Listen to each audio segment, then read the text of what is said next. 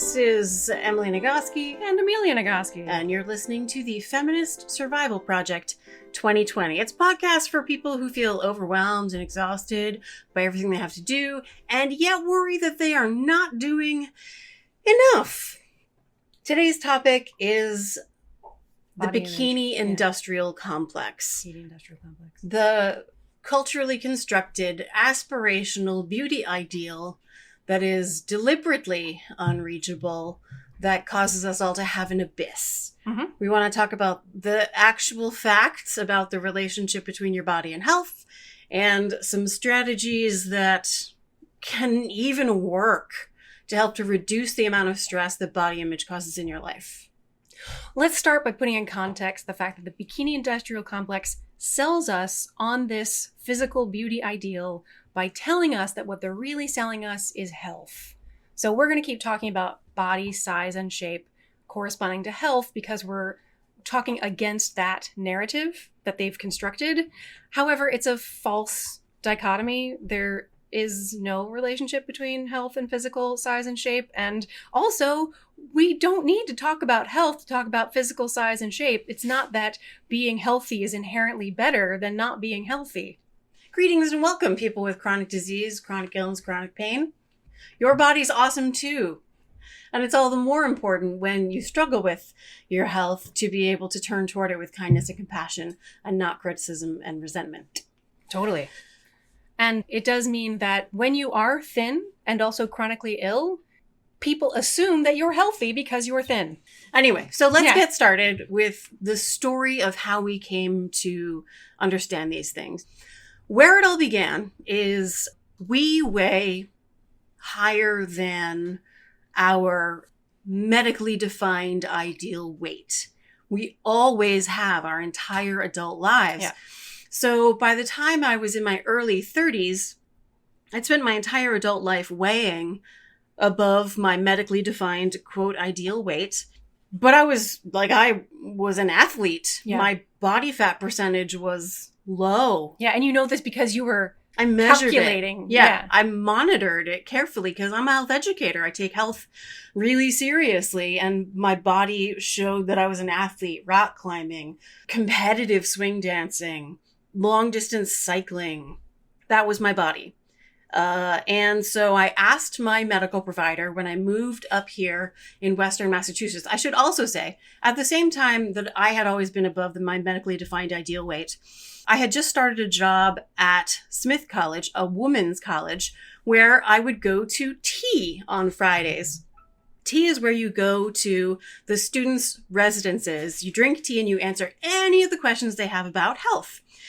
And a lot of times they talk to me about weight, nutrition, physical activity, body shape, and size. So you need to know. I needed to know, and I needed to be able to give answers that would feel comfortable in a room where there were probably people with active eating disorders or in recovery from disordered eating. Right.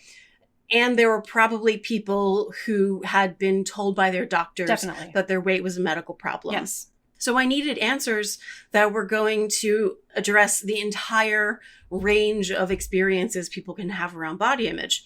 So with the challenge of my own weight and the challenge of addressing those students, when I was at my annual exam, I asked my doctor, so I've always been 10 pounds over my medically defined ideal weight. How important is it that I lose that 10 pounds and get myself in the medically defined healthy range? That's a question I have always wanted to ask and never had the guts to. So I asked, and she said, just lose 5. And I knew in that moment, she had just made that up. Made that shit up. She didn't know. 100% arbitrary. And how could it possibly do any harm? And 5 pounds, what percentage of your weight is that at that point? It's barely statistically significant. Right. Yeah. So you could change 5 pounds by being less bloated one day. That's 5 pounds. Oh, yeah. Yeah. A good case of food poisoning. Yeah, 5 pounds. Easy. Yeah. Sorry for the digestion references. So I did what I should have done in the first place, which is go to Google Scholar. Yeah. And I started doing the research. I started looking at the actual data about the relationship between weight and health. Were you surprised by what you found? I was shocked. Mm-hmm. I dismayed by the fact that I had been saying wrong stuff to students for my entire... I started teaching undergraduate classes in health in 2003. So it had been solidly 7-8 years that I had been saying wrong stuff to my students. And the ultimate source, the most condensed source of this information was a model called Health at Every Size, which is a trademarked phrase. HAES. HAES is how it's known. And it's founded by Lindo Bacon, who is a nutritionist who has done the work academically and intellectually. And basically what it said was the relationship between health and weight is not what you think it is. And regardless of weight, everyone deserves access to medical care that does not assume their weight is a symptom. Yeah. Because it's usually not. Yeah. My weight has been treated as a symptom by doctors my whole life. Tell us a story about that. I had knee pain as part of my chronic many kinds of pain that I had. When you were how old? When I was 21, 22. I was running 2 miles a day every day, and I had increasing knee pain. But I was running 2 miles a day. I was very fit and like a size 10 and like 150 pounds, so which is above my medically ideal weight. And I was having the same as me at the time. But so it was a little bit more than I was apparently supposed to weigh. So even though I was running 2 miles a day and very fit, my doctor was like, well, if you lose those 10 pounds, then, it'll be less stress on your knees. Yeah. For the record, that is not how that works. That is not how that works. And also, it turned out that the pain was my rage hiding from me in my knees. And then when I finally addressed my repressed rage, I no longer have knee pain, and I weigh like 30 pounds more than that now. So the pain evaporated when she addressed the emotions she'd been holding in her body. She completed all those stress response cycles. The inflammation in her body went down, and surprise, her pain diminished and disappeared. Yeah.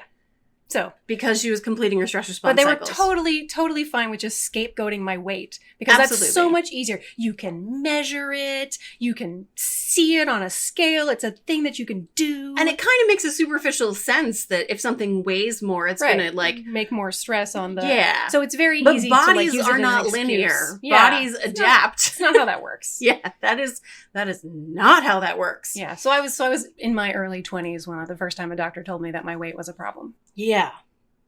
And we're not even close to... No. I was thin.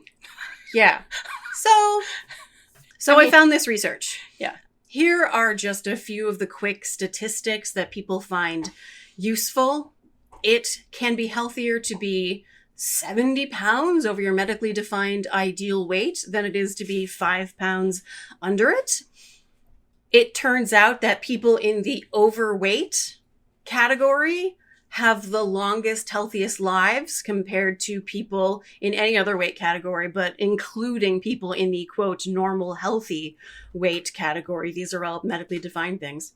I'm going by the World Health Organization and the CDC, who have all bought this story. Yeah. Can we go back to Health at Every Size? The most compelling thing for me in that book was Lindo Bacon describes the history of the BMI chart and how it's basically propaganda for the weight loss industry. The people on the panel were mostly employed by the weight loss industry. Yes. BMI is very literally propaganda for the weight loss industry. So when we say medically defined, we don't mean defined by actual medical research. We mean defined by the medical community as influenced by the weight loss industry. There's a lot of problems with... And so add to that in the research what's called scientific weightism, which is the assumption that every researcher brings because they are human beings who were raised in the world. Yeah. They assume, just like I did, that fat is dangerous, that having your weight over the thing is dangerous. And so they interpret their data as if that's true. Yeah. And when I dug into the research with my PhD in public health lens on, Uh-huh. what I realized was what their data said is not what their results said. Yeah. They said that it was weight, and it wasn't weight. There's just no evidence that it was weight. It just wasn't. And it was just... I looked at the charts, I compared the numbers, I looked at the statistical significance, and I was so angry yeah. that I had to do so much work Oh, yeah. to realize, To find the information. and especially because I want to be an evidence-based educator in both Yes. my approach to the education and in the content I teach. How can I give evidence-based information if the source of the evidence is biased and wrong? And like, we get trained in public health to expect that to be true around issues like race and gender. Right. But I was not trained to be able to notice Yeah. scientific weightism. No. And there is... So I got real mad. There was a turning point in the history of medicine when race was no longer acceptable explainer of medical problems, where you couldn't say, well, that's wrong with you because you're black. Like, you aren't allowed to do that because that's just not true. But it still remains acceptable for you to blame weight for things. Absolutely. 100%. So I understand if you are totally sure that everything you've ever been taught is that weight is a predictor of health and thinner is better. And I absolutely understand if every medical provider you've ever had has said this, and I am contradicting every medical provider you've ever had. But what I want to say is weight is a measure of gravity. Yeah. And nothing else. Yeah. And this is actually a really simple thing to test. Go up high on an airplane and measure yourself there. You lost weight. Yeah. Weight is a measure of gravity. But if we want to talk about like reducing your organ size, cut off your foot. That's about 5 pounds. Yeah. Remove your brain. That's 5 pounds of fat. You know what really helps people lose weight? Amputation? Internment camps. Oh, yeah. Oh, Jesus, yeah. Yeah. Severe illness. Yeah. Chemotherapy. One time in my life when somebody said, Emily, you look really great. Oh, What have yeah. you been doing? Yeah. The answer that I gave, sitting on the floor trying to eat food that tasted like paste to me because I was so depressed. Yeah. I looked up at her and said, stress and depression. It was right after the Yeah. 2006 presidential election. Yeah. And I was like, I just... Remember when couldn't that was a cope. worst case scenario? George Bush was a worst case scenario. Yeah, I do remember. Yeah. Boy, are my coping skills better now than they were then. Yeah. The one time that somebody's actually like complimented me on how like thin and hot I looked was in 1999. I developed ulcers in the back of my throat and I could not eat. I could barely swallow anything, and I definitely couldn't eat solid food for 7 to 10 days. I was literally starving, but my belly was flat for like the first time in my whole life.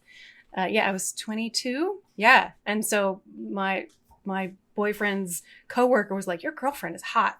It's the first time anybody ever said anything like that about My me. girlfriend has throat ulcers. My girlfriend is starving. Yeah. Oh, God. We laugh at these stories. So fucked up. At the same time, when we crossed 40, I mean, within months of turning 40, my body changed Yeah. in a very fundamental way so that the same health behaviors did not result in the same body shape. Right. We are turning into mom, which is like fine. It's totally That's true. great. It's 100% true. And grandma. I need to yes, my body's exactly Like like grandma's. grandmom's Yeah, body. totally. That's exactly what it is. Yeah. And I went through a process of my like pre-40s body of like getting to know that body and love it and accept it and embrace it for what it was. And then it all changed. And then it all changed. Start from scratch, Emily. Start from scratch. So I am still in the middle of the process Yeah. of figuring out how to love that body. But the reason I say that is because diabetes runs in our family Yeah. in a very big way. So I talked to an endocrinologist because I was measuring my blood sugar levels, and my fasting blood sugars as measured at home were in the risk Right. level. Yeah, mine are too. So I went, and that's genetic. Yeah, it's That's genetic. who we are. Yeah. So I went to my doctor, and I no longer get weighed at my medical appointments. It's been a very long time. How do you make that happen? Because they walk you back and they're like, I'm just going to take your weight real quick. When I take off your shoes and I say, can we skip it? Or let's skip it. Or not today. Or I'd rather not. I say, no, I'm not going to do that. The way you say it might result in less successful. Yeah. More argument. Yeah, maybe. But I'm okay with argument. That's one of the differences between us. Yes, is you're okay with argument. No, so, I'm not going to do that. I've never had any difficulty with any provider being like, no, but you have to. Never. Never once. Oh, I have every doctor except one. So maybe it is because I'm saying it in the wrong way. But like, yeah. My successful way of saying it is, can I skip it? Can I skip it? There I am at the I'll try endocrinologist's that next office. time. Yeah. And my endocrinologist does not know how much I weigh. He's just met you for the first time. First time. This is my first ever appointment with him. And he asks me what I weigh. And I begin talking about the lack of relationship between weight and health, how there's not any causal connection, that my weight is a measure of gravity and nothing else. I suggest that he read Health at Every Size. And he says, well, you look like your weight is not a problem right now. Jesus. Like, which is the opposite of him needing to know what your weight is. Oh my God. Right? Fucking I was Christ. like, okay. Can I tell you what one of the nurses said to me when I said, no, I don't want to do that? She said, well, you don't have to look. As though my knowing my weight was the problem. Well, for a lot of people, it might be. Yeah. Well, I was like, no, I know what I weigh. I just don't want it in my medical records. I don't want it considered as a symptom Of anything. of anything. Yeah. Yeah. I just don't want you to take it in consideration. And my most recent medical experience was, again, I was at my annual exam, my gynecologist, and she started talking to me about how's your nutrition, how's your exercise. And I started talking about Health at Every Size. Mm-hmm. Please read this book. There's actually not any particular reason to think about weight. In terms of health. And health. And she said, well, I mean, it's just standard practice to ask about weight. Mm-hmm. And I went, Mm-hmm. I know. Mm-hmm. But standard practice doesn't mean it's evidence-based practice. Oh, yeah. And Standard she practice doesn't mean it's looked at me evidence-based. like I had slapped her. You kind of did. Like, you PhD slapped her. Yeah, because she didn't know who I was. She doesn't know what I do. Right. She doesn't know. No. That in both books I have published. Evidence-based practice. Yeah. Nice! Standard practice isn't evidence-based practice. And I was just sad in that moment. Yeah. Because I was so frustrated by the number of doctors I had talked to who didn't know this, who didn't treat me in a neutral way. Yeah. It was my gynecologist office who were like, okay, that's fine. We can skip it. They were the only ones who were like, that's fine. So, if you've had experiences like this, yeah. So, and let us also caveat that our experiences are based in living straight-sized bodies. Like, we can shop at the absolutely mall. are. Yeah. Well, we were like the biggest size they make at the mall. Yeah. Well, and in like a boutique kind of store, like the Gap. Yeah. Yeah. So we can still shop at the Gap, but it's like the biggest size, and sometimes they don't make certain things in those sizes and whatever. But so, that's a place of real privilege. Like the fact that I could go to the doctor and my doctor said, no, your weight is not a problem, my endocrinologist, means that I am not experiencing the kind of discrimination that many other people experience. Yes. For all that, I mean, it's ridiculous that the size that we are still our weight gets blamed. When you are not a size that fits the clothes at the mall, it's exponentially worse. So much worse. So I want to move on from talking about the medical information, because maybe somebody's listening who's like, I can't internalize the science of that. Like, I really believe that my weight is thin. Like, and that's okay. That's everybody for a long time. Yeah. I am convinced by reading things like Health at Every Size. I was like, boom, and now I believe. But other people, it's not how that works. So I want to spend a couple of minutes talking about... Were you not convinced at all by your public health PhD sister being like, this is what the data actually says instead of what the scientists say about the data? When you said that, I went, what? And you said, here's Health at Every Size, read this. And I went, oh. And then I knew and I was convinced, and boom, my whole life changed. But let's say that you haven't read Health at Every Size yet and you just need to live between now and then with what to do. Just imagine if everything we've just said is true. What would that world be like? What would it change about your behaviors day to day, about how much time you spend thinking about your body shape and size and what you eat? What if it were true?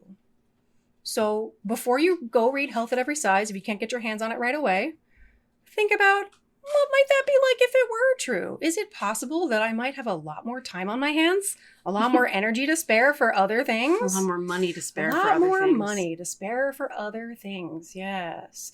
I also want to say that if you should read Health at Every Size, the first half of Health at Every Size is very sciencey about like metabolism and digestion, and I found it not helpful at all. It's when they get into the history of BMI chart and and also the most important thing in Health at Every Size is the health impact of stigma. Against people who have fat on their body. It's far more dangerous than the fat. Yeah, the stigma is more dangerous than the fat. That was the part of Health at Every Size I found really compelling.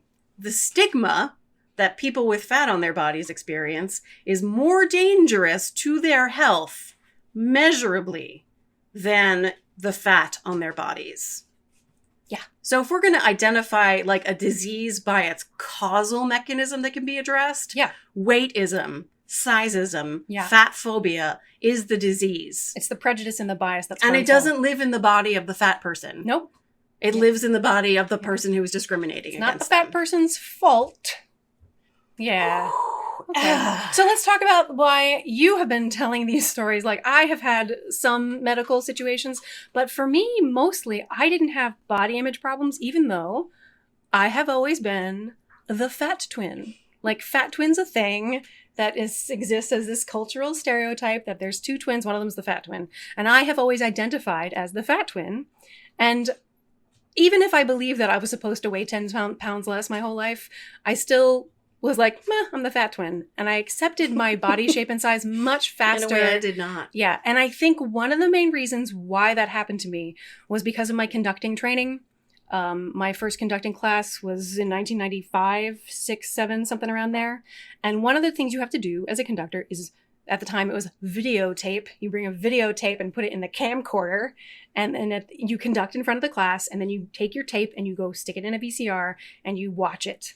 And then you write a reflection. So I have been... Can you imagine? Yeah, being an adolescent woman in college, watching a video of yourself doing this thing you want to do for the rest of your life, and writing a reflection about what that is. And the first thing I wrote was, I look like Emily. So it's not that I ignored my appearance. I did absolutely notice my appearance. And I did feel like dissatisfied with the shape of my body. But I moved on and then talked about the conducting and the music and my gesture and my center of gravity and my balance. And I moved on from thinking about my body to thinking about the things that it was accomplishing. And I did that every week, or at least every month, for several years. And I think that training was just spending enough time not feeling like my appearance was what mattered the most. Lindy West says in Shrill that the thing to do to get over your fat phobia is look at pictures of naked people on the internet until it doesn't make you uncomfortable. And exposure, repeated exposure, inoculates you a little bit against the message from the external world that your size and shape is the only thing that matters about you. Let me add that both of the things Amelia has just described are versions of evidence-based interventions for improving body image or reducing body self-criticism and reducing internalization of the cultural thin ideal. What I just named are 2 risk factors for developing disordered eating. Yeah. So when you prevent those things or lessen those things, internalization of the thin ideal and body self-criticism, you're preventing disordered eating, which is one of the things that kills women the most when they're young. Mm-hmm. So let me summarize what those 2 things are. 1, stand in front of a mirror as close to naked as you can tolerate. Naked, naked, naked. Look at what you see there and write down everything you see that you like. And the first thing that will happen is your brain will flood with all the things you have been taught are wrong with your body. Mm-hmm. That is fine. You can have those thoughts literally any other time. Right now, you're just going to look for the things that you like. If it is the color of your eyes, write that. If it is your philtrum, the bow over your upper lip, write that. If it is your spirit, because you can see it in your eyes. Write that. Anything you see that you like, your ankle bones, your fingernails. And then you do it again the next day. And you do it again the next day. You do it at least a week, better a month. And what happens is this inoculates you against the cultural constructed aspirational thin ideal, which is messages you're going to be exposed to every single day. Every day, yeah. Because you're exposed to it every day like a toxin, you need to every day do stuff to like process the gunk out of your body. And we're all carrying generations of this toxin inside us. Yeah. And we have a lot of purging to do. So you got to take the anti-venom every day. And the second strategy Amelia described is basically it's media literacy, bringing a critical eye to the media you consume and thinking about the ways it makes you feel and only exposing yourself to things that don't make you feel like shit about yourself. We know for sure from the research that people find attractive what they are exposed to.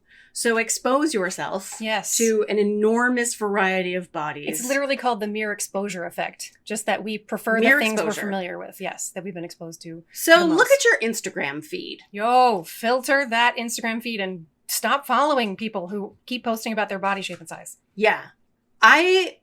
Oh boy. I very often have people tag me on Instagram because I write about body image and they post like very like proud body positive pictures of their bodies and they have 6-packs. Yeah. Like these women.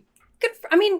Great. They're positive, body positive, but awesome. Everybody deserves to feel positive about your body. Totally. And thin people are not in any way exempt from the bikini industrial complex. There's no amount of thin you can be that the world is all going to agree, you are done now. Your body is fine and you can stop working on it. You are always doing it wrong. Your body is always broken. Fitness models get criticized. Gwyneth Paltrow gets criticized. There is no perfect body. You're never doing it right. Yeah. So I understand that that's happening. And I hope those people are recognizing that they're not going out into the world and are unable to buy any clothes that fit and are told by their doctors they go in with a sprained ankle and are told that they have to lose weight. Right. They go in with a headache and are told that they have to lose weight. Yeah. So like thin folks, heal your shit. Yeah. It's just like the racism stuff. Heal your shit so that you can stop recapitulating and the damage that's done to people who are truly more susceptible than you, more marginalized than you. So those are the two things you should do. Begin doing them immediately. Yep.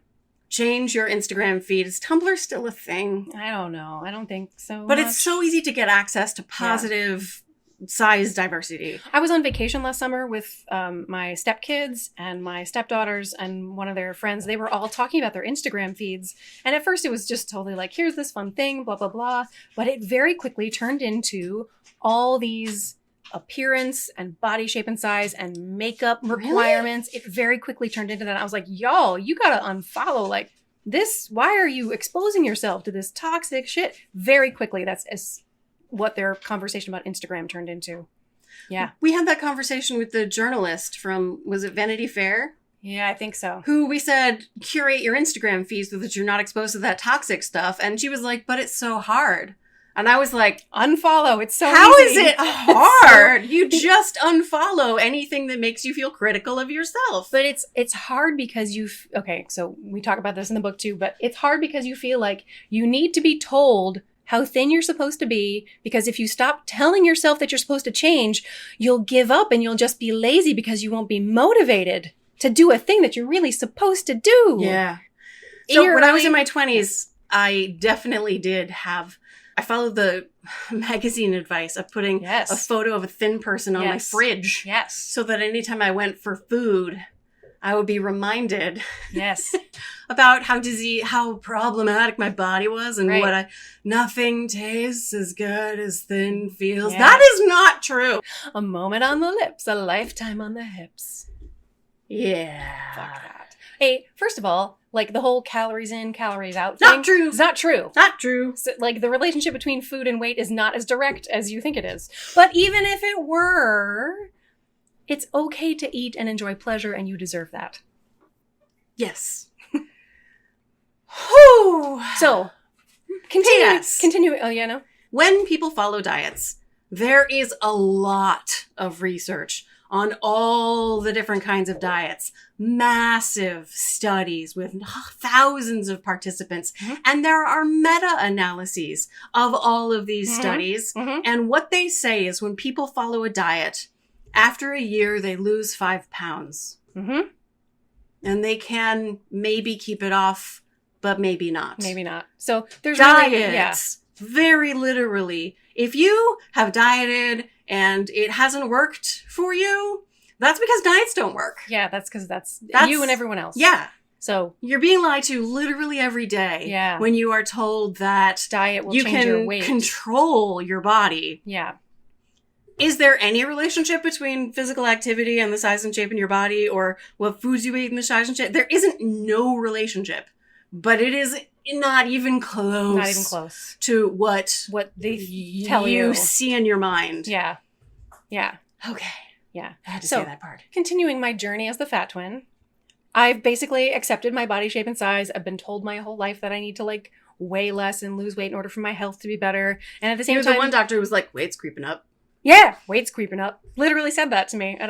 Weight's creeping up. Yeah. I had another doctor I who forgot had not about laid that. eyes on me. Yeah. Doctor walked in, eyes on his chart, and said, you could lose some weight. God. Eyes on his chart. Okay. Had not ever seen my body. Sorry. That was another medical story for me. And she's also, let me remind you, thinner than I was our whole lives. Yeah. Like sometimes 20 pounds thinner. Anyway, at the same time, I've got all these other kind of chronic illnesses and chronic pain that's building up because I've denied the fact that I have any feelings and I needed to like get in touch with my whatever and like this psychological thing that relieved a lot of my physical symptoms. But I am being told at the same time, yes, you weigh too much. And at the same time, I'm like, man, that's fine. Like, this is what I weigh. This is what I look like. And I was never as neurotic about my appearance as you have been. Yes. Yes. I've always been more comfortable because even though I was the fat twin, I was also the pretty twin. That's how I was identified. It's true. Amelia was the pretty one. Yeah. Which is not literally true. I am not prettier than Emily. I did wear makeup in high school. I really don't think that's true. People can't tell us apart. Welcome to my dysfunction. When you come to my campus and you're like standing next to my office, my students think you're me. Yeah. Like if we look that much alike, there's no way that I'm the pretty one. I know. Okay. Anyway, so I've got this, have been the fat twin and the pretty twin, and I've inoculated myself by watching myself on video, and I just got comfortable with my appearance much earlier in life. Much earlier. I did struggle with like wearing clothes that were quote unquote flattering, especially because I'm on stage a lot and there are rules about what you wear on stage.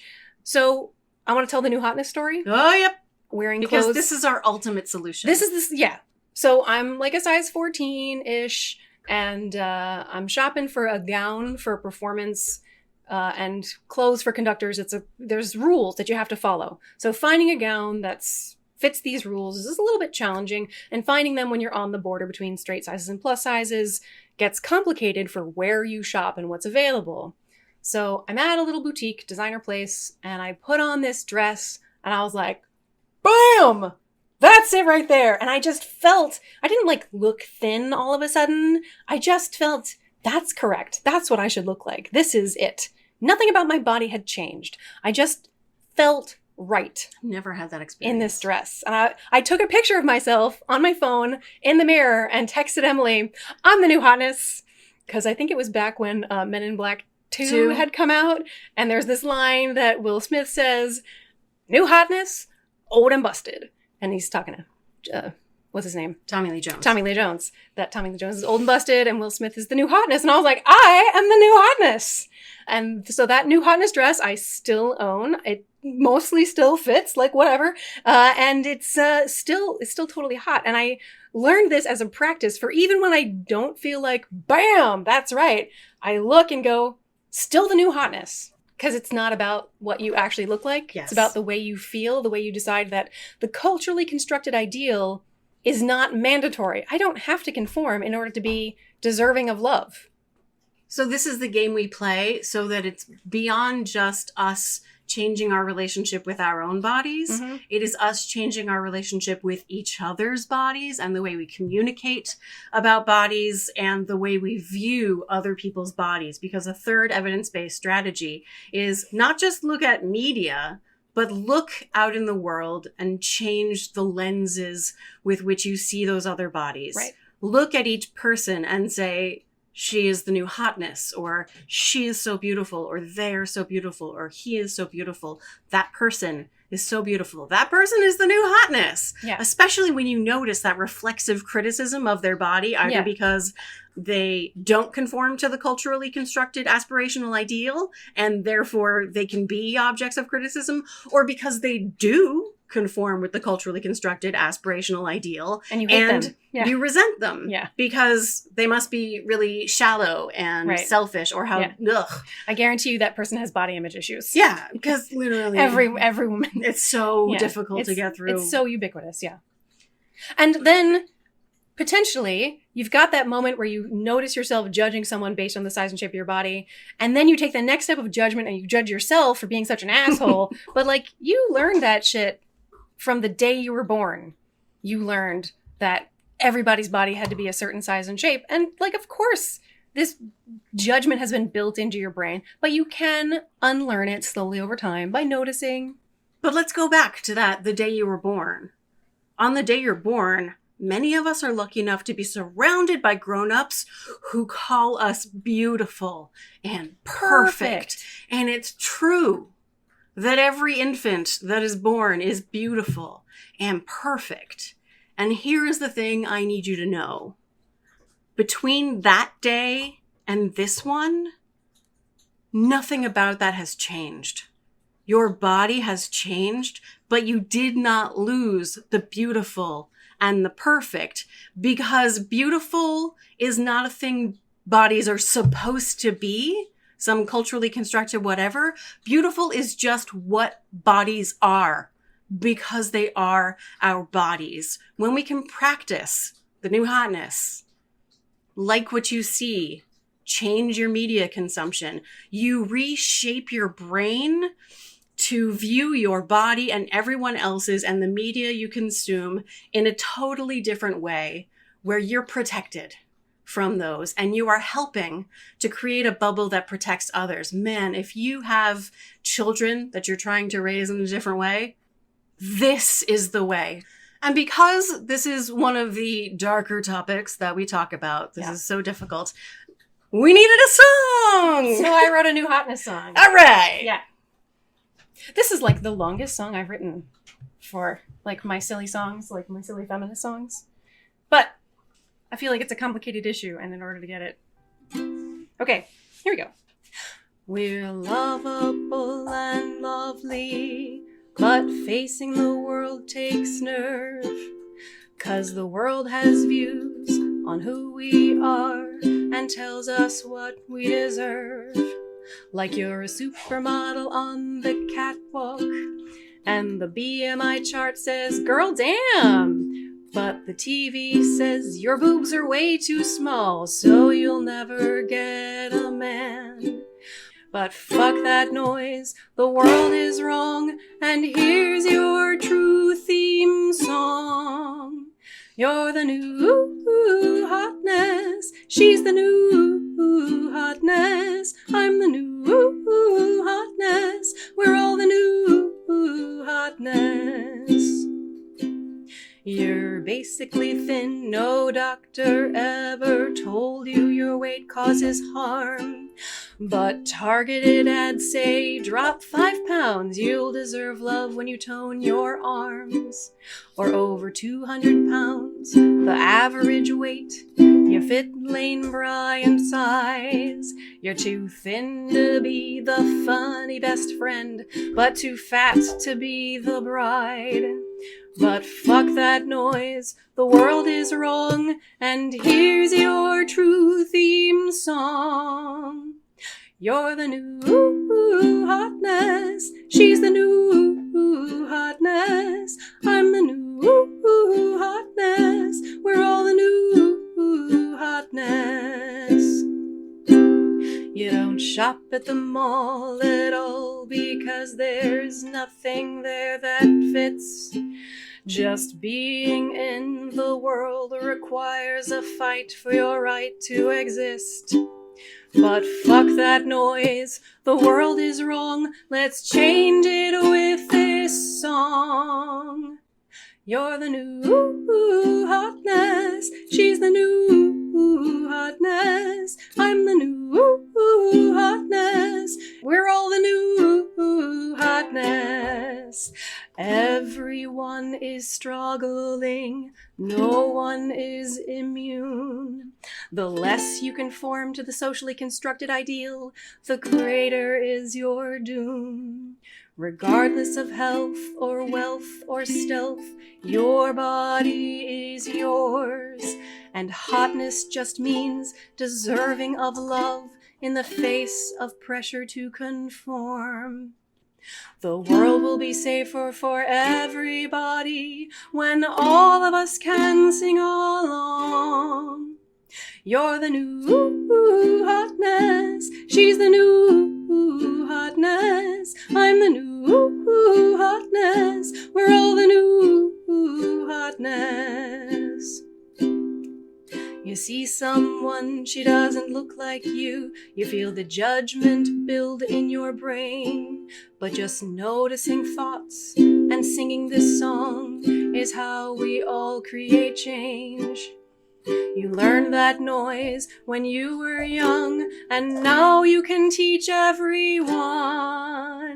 You're the new hotness, she's the new hotness, I'm the new hotness, we're all the new hotness. You're the new hotness, she's the new hotness, I'm the new hotness, we're all the new hotness. That is it. Song. Yeah.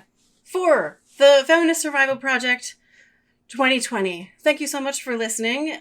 If this was written, it was written by Emily Nagoski. And Amelia Nagoski. It was edited to the extent that it's edited by my marital euphemism, music by Amelia.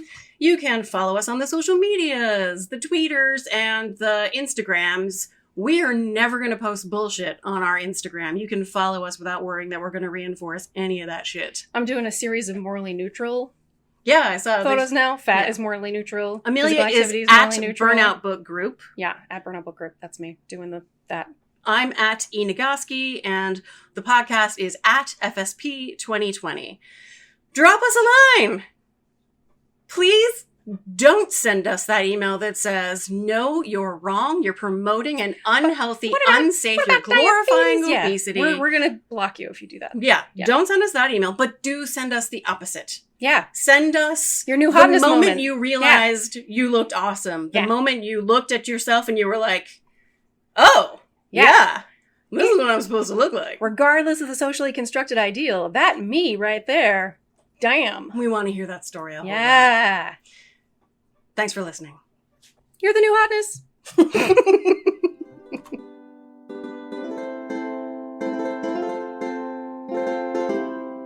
A good case of food poisoning. Yeah, 5 pounds. Easy. Yeah.